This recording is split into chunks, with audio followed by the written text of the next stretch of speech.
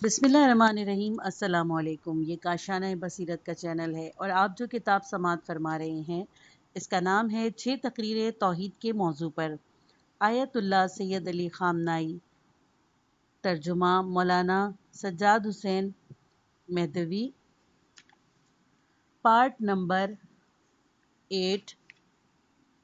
چوتھی تقریر، روح توحید غیر خدا کی بندگی کی نفی۔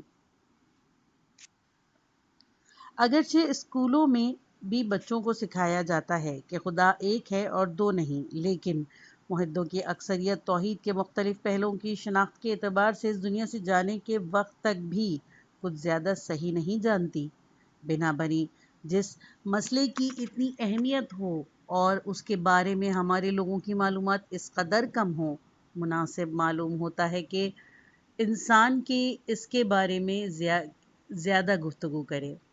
اتفاقاً آیات قرآن نے بھی اس اہمیت کے پیش نظر متعدد مقامات پر مختلف لہجوں میں توحید کے بارے میں کلام فرمایا ہے۔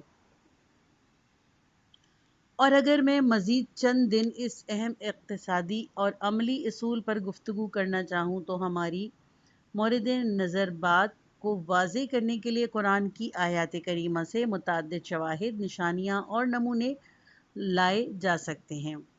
اب آج جن آیات کا ذکر ہوگا وہ توحید کے بارے میں ایک نئے نقطے کی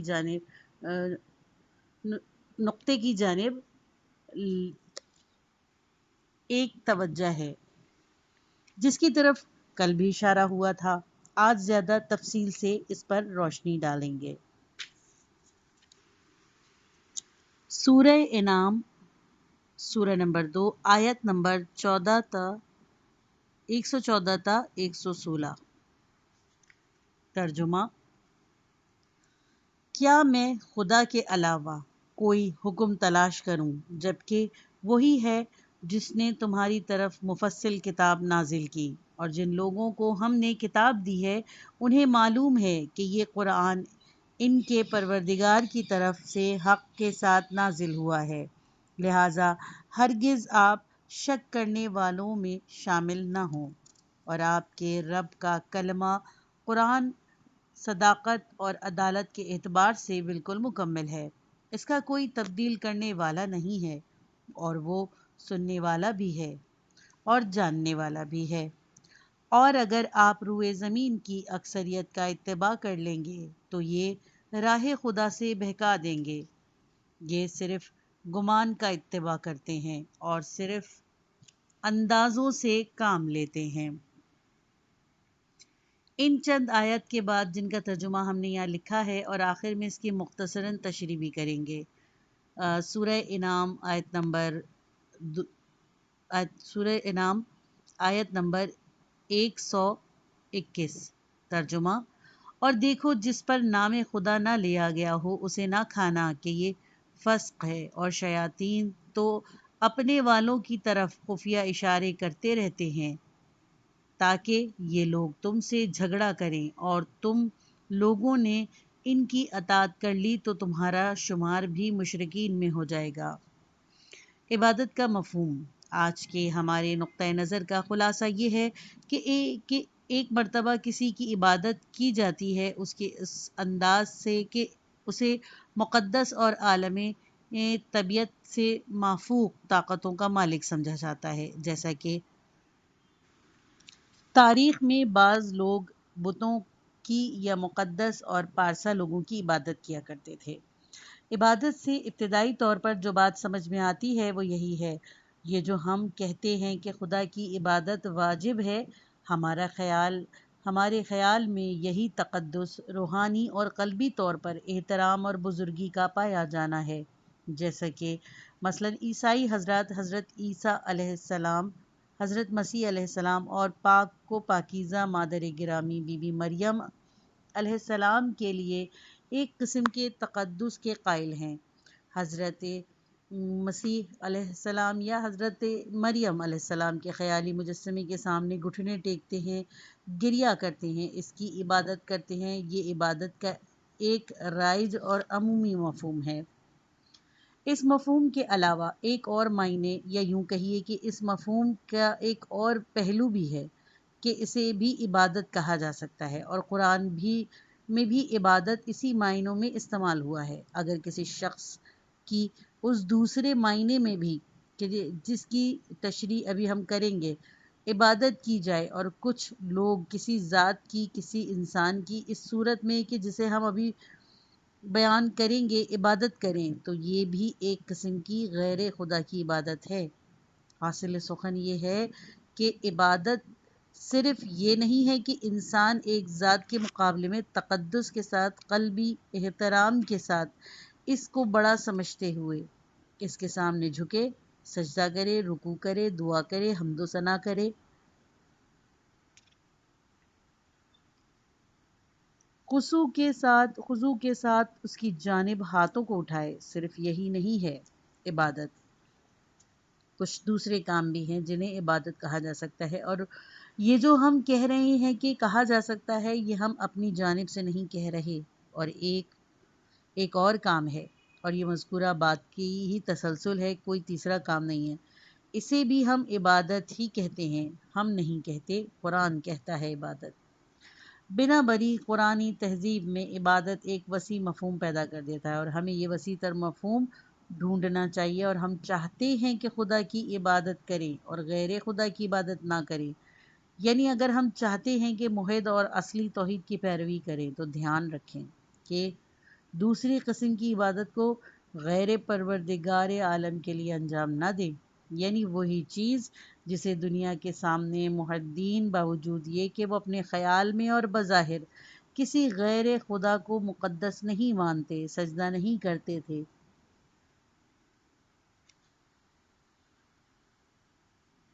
کسی کے یا کسی چیز کے سامنے اس کے باوجود عمل میں، فکر میں، دل میں، روح میں غیر خدا کی عبادت کرتے تھے، دوسرے معنی کے مطابق۔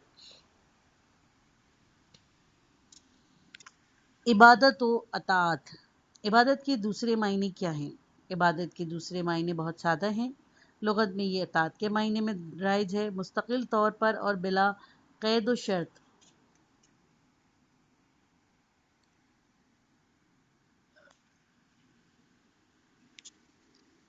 کسی کی اطاعت کرنا اس کی عبادت ہے۔ اگر کوئی انسانوں کا کوئی معاشرہ کسی بلا قید و شرط اطاعت کرے، اس کے حکم کو اپنی زندگی میں، اپنے جسم و روح میں، اپنے عمل میں پیروی کے قابل سمجھے، تو اس نے اس کی اطاعت کی۔ یہ قرآن ہے جو ہمارے سامنے عبادت کو اطاعت کے معنی میں بیان کرتا ہے۔ عدیہ بن حاتم طائی۔ عدی بن حاتم طائی، ریفرنس نمبر 1۔ عدی بن حاتم طائی کا بیٹا ہے جو اپنے باپ کے بعد قبیلے کا سردار بنا۔ 9 ہجری میں نبی کریم صلی اللہ علیہ وآلہ وسلم کے اخلاق و کردار سے متاثر ہو کر مسلمان ہوا۔ وہ امیر المومنین علیہ السلام کے محبوبوں اور اصحاب میں شامل ہوا تھا، اور جنگ جمل، صفین اور نہروان میں شریک ہوا، اور صفین میں اپنے 3 بیٹے اسلام کی راہ میں قربان کیے۔ وہ 27 ہجری میں اس دنیا سے رخصت ہو گیا۔ عدی بن حاتم طائی، مشہور حاتم طائی کا بیٹا، کہ اس عدی کے مقام اپنے باپ حاتم طائی سے بہت بلند اور بڑا ہے۔ ابتدا میں جب مسلمان ہوا تھا، جب مدینے پہنچا، یا شاید مسلمان ہونے سے چند دن قبل، جی ہاں، مسلمان ہونے سے چند دن قبل، پہلے رسول اکرم صلی اللہ علیہ وآلہ وسلم نے اس کی گردن میں ڈوری میں سلیب لٹکتی دیکھی اور اس آیت کی تلاوت فرمائی۔ سورہ توبہ آیت نمبر 31۔ ترجمہ: ان لوگوں نے اپنے عالموں اور راہبوں اور مسیح بن مریم کو خدا کو چھوڑ کر اپنا رب بنا لیا، حالانکہ انہیں صرف خدا یکتا کی عبادت کا حکم دیا گیا تھا۔ آیت کا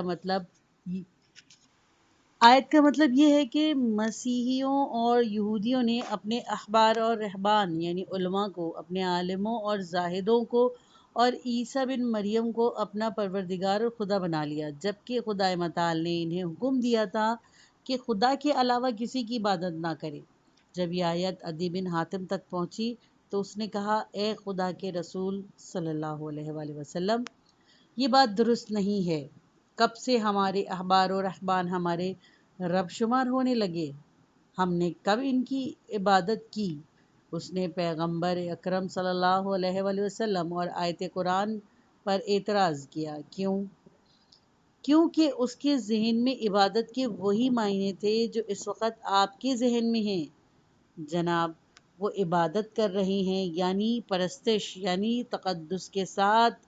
اب یہ قلبی ہے یا قلبی اور زبانی، یا قلبی زبانی اور بدنی ہے، جیسے نماز پڑھنا۔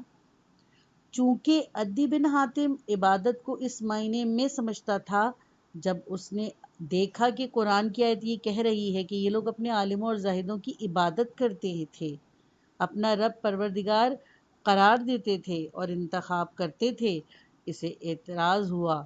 کہا، نہیں، یہ بات درست نہیں ہے۔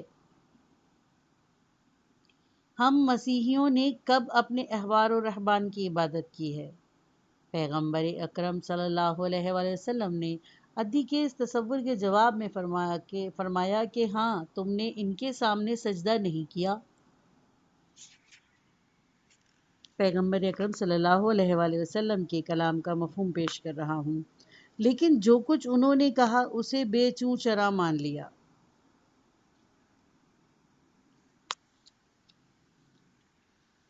وَلَكِنَّهُمْ أَحَلُّوا حَرَامًا وَحَرَمُوا حَلَالًا۔ ریفرنس نمبر 2، تفسیر نور الثقلین، سورہ توبہ کی آیت نمبر 31 کے ذیل میں حدیث نمبر 39۔ حرام خدا کو انہوں نے تمہارے سامنے حلال ظاہر کیا اور حلال خدا کو حرام ظاہر کیا، اور تم لوگوں نے بجائے اس کے کہ حقیقت کو سمجھنے کی کوشش کرتے، جو کچھ انہوں نے کیا بے چوں چرا اس کی اطاعت کر لی۔ عبادت یہ ہے، کسی چیز کو پروردگار اور رب بنایا یہ ہے۔ البتہ اسی مضمون میں ایک روایت امام صادق علیہ السلام سے بھی منقول ہے، جو لوگ چاہیں وہ اسی آیت کے ذیل میں تفسیر نور الثقلین ریفرنس نمبر 1 سے رجوع کریں۔ تفسیر روائی نور الثقلین، مصنف شیخ عبد علی جمعۃ العروسی خویزی، 11ویں صدی ہجری کے ایک عالم۔ تہذیب قرآنی کے مطابق کسی غیر خدا کی عبادت، خواہ وہ کوئی سیاسی طاقت ہو، خواہ وہ کوئی مذہبی طاقت ہو، خواہ وہ کوئی اندرونی عامل ہو، جیسے انسان کا نفس، اس کے نفسانی اور شہوانی تمایلات، خواہ وہ کوئی ایسی چیز ہو جو انسانی نفس سے باہر ہو لیکن کوئی باقاعدہ منظم سیاسی یا دینی طاقت نہ ہو۔ ایک عورت کے سامنے، ایک ایسے آدمی کے سامنے جس کے لیے کسی بے جا احترام کا قائل ہے، کسی دوست کے سامنے ان کی عبادت کرنا، یعنی ان کی اطاعت کرنا۔ جب کسی نے کسی کی یا کسی چیز کی اطاعت کی، اس نے اس کی عبادت کی ہے۔ عبادات کا دائرہ۔ یہاں پر ایک روایت پڑھوں تاکہ معلوم ہو کہ یہ قرآنی تہذیب اسلامی منابع یعنی سورسز اور خصوصی شیعہ منابع، خواہ قرآن ہو یا حدیث کے ہر مقام پر پھیلی ہوئی ہے۔ روایت امام تقی جواد علیہ السلام سے ہے کہ آپ علیہ السلام فرماتے ہیں، ریفرنس نمبر 2، تحف العقول، راوی محمد بن علی، حدیث نمبر 44۔ عبادت کا دائرہ بہت وسیع ہے، نہ صرف اطاعت کرنا بلکہ حواس کو پوری طرح کسی کے حوالے کر دینا بھی اس کی عبادت ہے۔ اچھا، اب آپ کہیں گے کہ تو اب ہم اچھی بات بھی نہ سنیں، لہٰذا آگے چل کر اسی حدیث میں آیا کہ فَإِنَّ كَانَ نَاطِقُ أَنَّ اللَّهَ عَزَّ وَجَلَّ فَقَدْ عَبْدَ اللَّهِ، جو شخص باتیں کر رہا ہے اور تمہارے سارے حواس اور توجہ اس نے اپنی طرف مبذول کرا لی، تو اگر وہ خدا کی زبان سے بول رہا ہے تو حالانکہ وہ تمہارا دل اس کی جانب ہے، ذہن اس کی جانب ہے، اپنی روح و فکر کو تم نے اس کے حوالے کر دیا ہے، پھر بھی تم خدا کی عبادت کر رہے ہو۔ وَإِنَّ كَانَ نَاطِقُ يُنطِقُ عَلَى النِّسَانِ إِبْلِيسَ فَقَدْ عبد ابلیس۔ لیکن اگر بولنے والا شیطان کی زبان سے بول رہا ہے، ابلیس کی زبان سے بات کر رہا ہے، فکر الہی کی منطق و فلسفے کے برخلاف بحث و گفتگو کر رہا ہے، اور تم تسلیم و اعتراف کے ساتھ اس کی بات سن رہے ہو، تو اسی حالت میں ابلیس کی عبادت و اطاعت میں مشغول ہو، یعنی وہ بذات خود ہی شیطان ہے، خود ہی جو اس طرح کی باتیں کر رہا ہے شیطان ہے۔ یہ کہنے کی ضرورت نہیں ہے کہ شیطان کا نمائندہ یا اس کا ترجمان، نہیں، خود شیطان، اس معنی میں جو شیطان کے بتائے ہیں کہ شیطان کے قرآنی معنی بھی وہی ہیں۔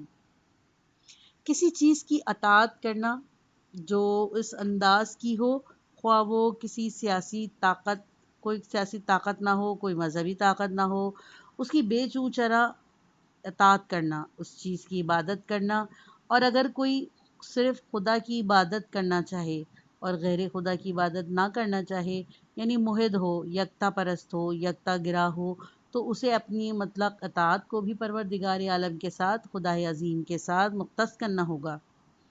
وہ چیزیں جن کی اگر تم نے پیروی کی تو اس کی عبادت کی، ان میں سے ایک قانون ہے۔ وہ چیزیں جن کی اگر تم نے پیروی کی تو اس کی عبادت کی، ان میں سے ایک نظم اجتماعی ہے۔ وہ چیز جن کی اگر تم نے اطاعت کی تو اس کی عبادت کی، ان میں سے ایک رسم و رواج ہیں۔ تو پھر کس قانون پر عمل کریں؟ کیا قانون پر عمل نہ کریں؟ رسم و رواج پر عمل نہ کریں؟ کسی نظم و ضبط کی پیروی نہ کریں؟ کیوں نہیں؟ لیکن کوشش کرو کہ یہ سب خدائی ہوں، تاکہ تم اطاعت کرتے وقت، پیروی کرتے وقت خدا کے بندے اور عبادت خدا میں مشغول رہو۔ دیکھیے انسان کی نگاہوں کا افق کتنا وسیع ہو جاتا ہے۔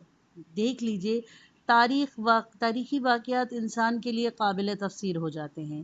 انبیاء علیہ السلام جو آئے ہیں تو وہ سب نظریہ توحید کے ساتھ آئے ہیں، انبیاء علیہ السلام سے مربوط اور نبوت سے مختص بحث میں اس قرآن کی روح سے بیان کریں گے۔ تمام انبیاء الہی آئے تاکہ لوگوں کو موحد بنائیں۔ موحد بنانے کا کیا مطلب ہے؟ یعنی اطاعت غیر خدا کی زنجیر کو ان کے ہاتھوں اور گردن سے اتار لیں، اور خود قرآن ایک مقام پر اس بات کی تصریح کرتا ہے۔ ریفرنس نمبر 1، سورہ اعراف، آیت نمبر 157، اور ان پر سے احکام کے سنگین بوجھ اور قید و بند کو اٹھا دیتا ہے، تاکہ ان کے کاندھوں سے بھاری اور وزن اتار دیں اور جن زنجیروں میں وہ بندھے ہوئے ہیں ان کو کھول دیں۔ یہ ہے انبیاء علیہ السلام کا ہدف۔ اور جب توحید کے طرف سے اس انداز سے دیکھا جائے، اور جب آپ اس نگاہ سے توحید کی طرف نظر ڈالیں گے تو دیکھیں گے کہ ایک ایسی فکر ہے، ایسا اصول ہے جو زندگی کے لیے نظام اجتماعی سے متعلق، ہر حالت میں انسانوں کے موقف سے متعلق، انسانی معاشرے میں زندگی گزارنے کی کیفیت سے متعلق۔ دیکھیے یہ توحید کس قدر مختلف ہے اس توحید سے جو اللہ ایک ہے اور دو نہیں ہے، جیسی خشک، بے مغز، بے روح اور غیر سنجیدہ باتوں پر مشتمل ہے۔ یہ توحید کا مطلب ہے۔ بحر بے کنار۔ مجھے قرآن میں متعدد موارد ایسے ملے ہیں، اگر میں چاہتا کہ قرآن میں جن کی آیات سے اس بات سے استفادہ ہوتا ہے ان سب کا ذکر کرتا اور یہاں لے کر آتا تو 5-6 کاغذ آپ کے لیے فراہم کرنے پڑتے۔ میں 2 مورد لے کر آیا ہوں۔ یہ 2 نمونے ایسے ہیں جن سے خوب سمجھ میں آ جاتا ہے کہ غیر خدا کی اطاعت اس کی عبادت ہے، اور خالص توحید دین کی روح، دین کی بنیاد ہے۔ اور یہ عبارت ہے اس بات سے کہ انسان اطاعت کو بھی خدا کی ذات میں منحصر سمجھے اور الہی پروگرام اور الہی نظام اور الہی سسٹم کی اطاعت کرے۔ صرف 2 نمونے کے جن سے اس بات کا استفادہ ہوتا ہے یہاں ذکر ہوئے ہیں، اور آپ اس موضوع کو ڈھونڈنے کے لیے اس نقطۂ نظر سے قرآن سے رجوع کر سکتے ہیں۔ قرآن سے رجوع کیجیے، کوشش کیجیے کہ قرآن سے واقف ہو جائیں، صحیح کریے، اس بات کے محتاج نہ رہیں کہ میں آ کر آپ کے لیے اس چند آیات کے معنی بیان کروں۔ اپنے آپ کو اس نہ ختم ہونے والے خزانے اور بحر بے کراں سے نزدیک کر لیجیے۔ میں نے بار بار یہ تاکید کی ہے، اور جب کبھی یہ تاکید نہیں کرتا ہوں تو مجھے محسوس ہوتا ہے کہ میرے شانوں پر ایک بوجھ ہے۔ اولاً میں اپنی ذمہ داری سمجھتا ہوں کہ آپ سے کہوں کہ قرآن سے رجوع کرنا لازمی ہے۔ یہ عظیم سمندر، یہ بحر بے کنار ایسا ہے کہ ریفرنس نمبر 1، یہ وہ سمندر ہے جس طرف سے بھی تم اس پر پہنچو گے، اس کی موجیں نیکیاں اور اس کا ساحل احسان ہے۔ یہ ایک شعر ہے، ایک شعر کا ایک مصرع ہے، جس طرف سے بھی جاؤ گے استفادہ ضرور حاصل کرو گے۔ جو شخص بھی قرآن کے ساتھ نشست و برخاست رکھے گا اس سے استفادہ کرے گا۔ ہر طرح سے، ہر انداز سے ایک صلاحیت آپ کے پاس ہونی چاہیے کہ مختصر طور پر یہ کہ اس کی زبان کو آپ سمجھ سکیں، کچھ بہرہ مند ہو جائیں، تاکہ اور جتنا زیادہ رجوع کریں گے زیادہ معلومات اور زیادہ وضاحت ملے گی۔ کہ امیر المومنین علیہ السلام نے اس طرح کی ایک عبارت جو نہج البلاغہ میں نقل ہوئی فرمایا، نہج البلاغہ خطبہ نمبر 174،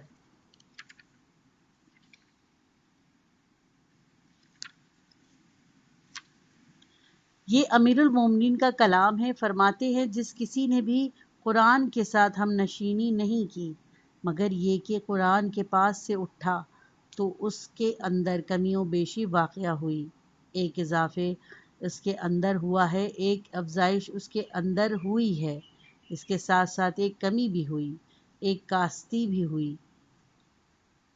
وہ اضافہ ہدایت تھا، ایک حد تک اس کی ہدایت کا رستہ ڈھونڈنے میں بھی فائدہ ہوا، حتمی طور پر وہ کمی گمراہی و ضلالت میں ہوئی، وہ کمی اس کے دل کی نابینائی میں ہوئی، وہ دل کا اندھا پن، وہ روح کی درک کی، باطن کی تاریکی کچھ کم ہوئی اور اس میں کمی ہوئی۔ امیر المومنین کا جملہ دیکھیے کہ اس طرح سے شروع ہوتا ہے، ما جالس احد ھذا القرآن، جس کسی نے بھی قرآن کی ہمراہی کی، کوئی بھی عام ہے نا نہیں، مطلب ہے کہ اس میں نے آپ تمام بھائیوں اور بہنوں کی توجہ کے لیے تذکراً عرض کیا ہے۔ قرآن سے محرومی، قرآن کے بارے میں یہ یاد دہانی کیوں کروائی؟ تاکہ آپ بھائی اور بہنیں یہ جان لیں کہ لوگوں کو قرآن سے دور رکھنے کے لیے تاریخ میں اب تک متعدد دجال اور نہ ختم ہونے والے وسائل فراہم کیے گئے ہیں، اور ان میں سے ایک بہانہ، ایک جال اور ایک وسیلہ جو آج بھی استعمال ہوتا ہے، آج بھی کچھ جاہل یا کوئی خاص غرض رکھنے والے کچھ لوگ اس بات کو دہراتے ہیں، وہ یہ ہے کہ جناب قرآن کو ائمہ معصومین علیہ السلام کے علاوہ کوئی نہیں سمجھتا۔ ائمہ معصومین علیہ السلام جو قرآن کو سمجھتے ہیں، میں اس بارے میں صرف ایک جملہ عرض کر سکتا ہوں، وہی جو امیر المومنین نے نہروان کے خوارج کے لیے کہا تھا اور فرمایا تھا، کلمۃ الحق۔ ریفرنس نمبر 1، یہ جملہ تو صحیح ہے مگر جو مطلب وہ لیتے ہیں وہ غلط ہے۔ نہج البلاغہ خطبہ نمبر 40۔ کلمۃ الحق یرد بہا الباطل، یہ ایک درست بات ہے، لیکن بولنے والے کا مقصد ایک پست اور موذی مقصد ہے۔ جہاں ائمہ خدا قرآن کو پوری طرح سمجھتے ہیں، اتنا کہ اس سے زیادہ قابل تصور بھی نہیں ہے، وہ حضرات ایسی عظیم اور بلند روحیں اور فکریں ہیں کہ قرآن ان کے اختیار میں ہے، خود ہی ایک قرآن ہے، ان میں سے ہر ایک کوئی ایک قرآن ہے۔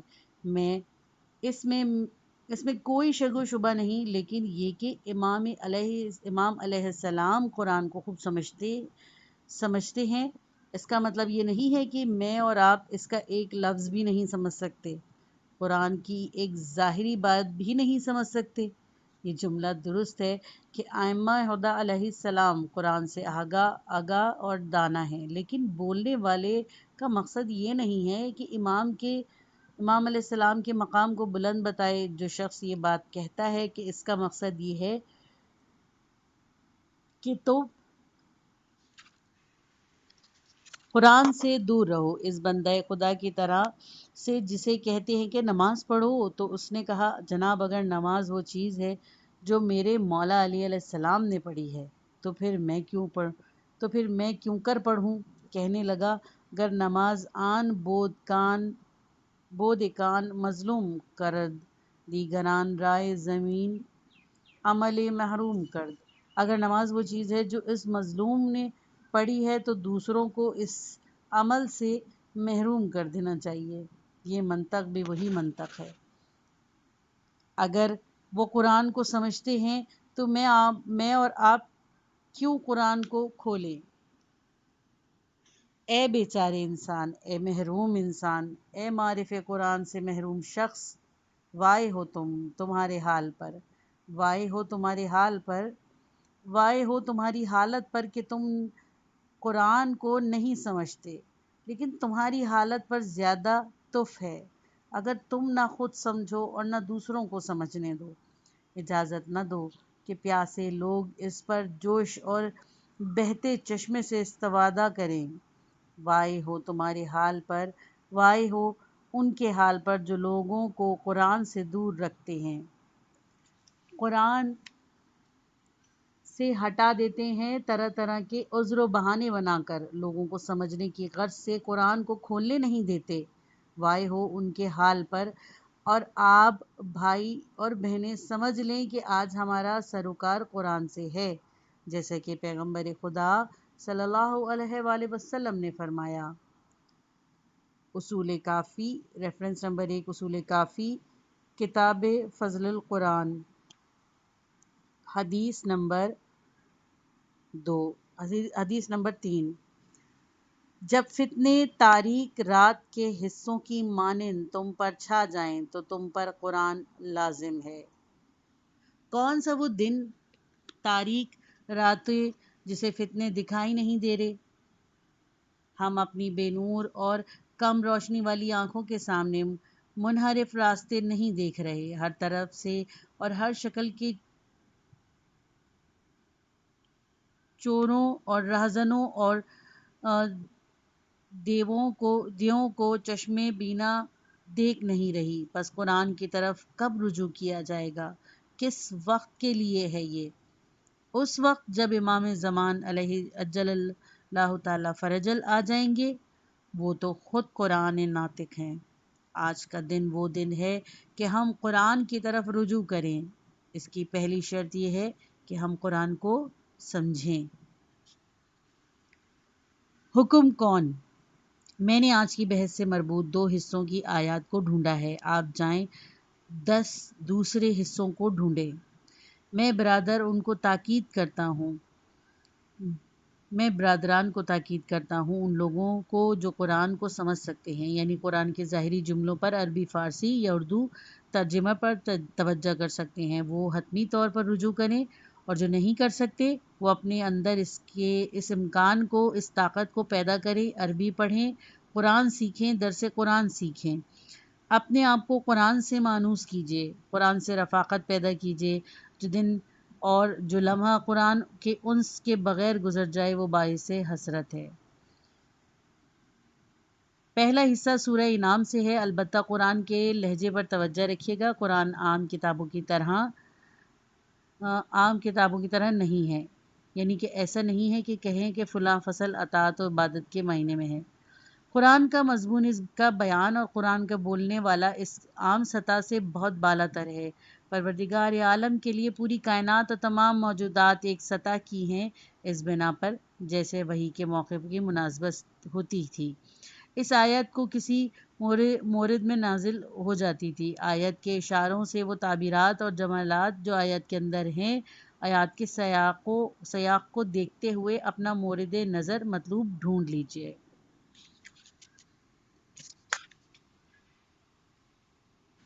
یہ پارٹ ختم ہوا۔ کتاب کا اگلا حصہ سننے کے لیے نیکسٹ پارٹ سنیے۔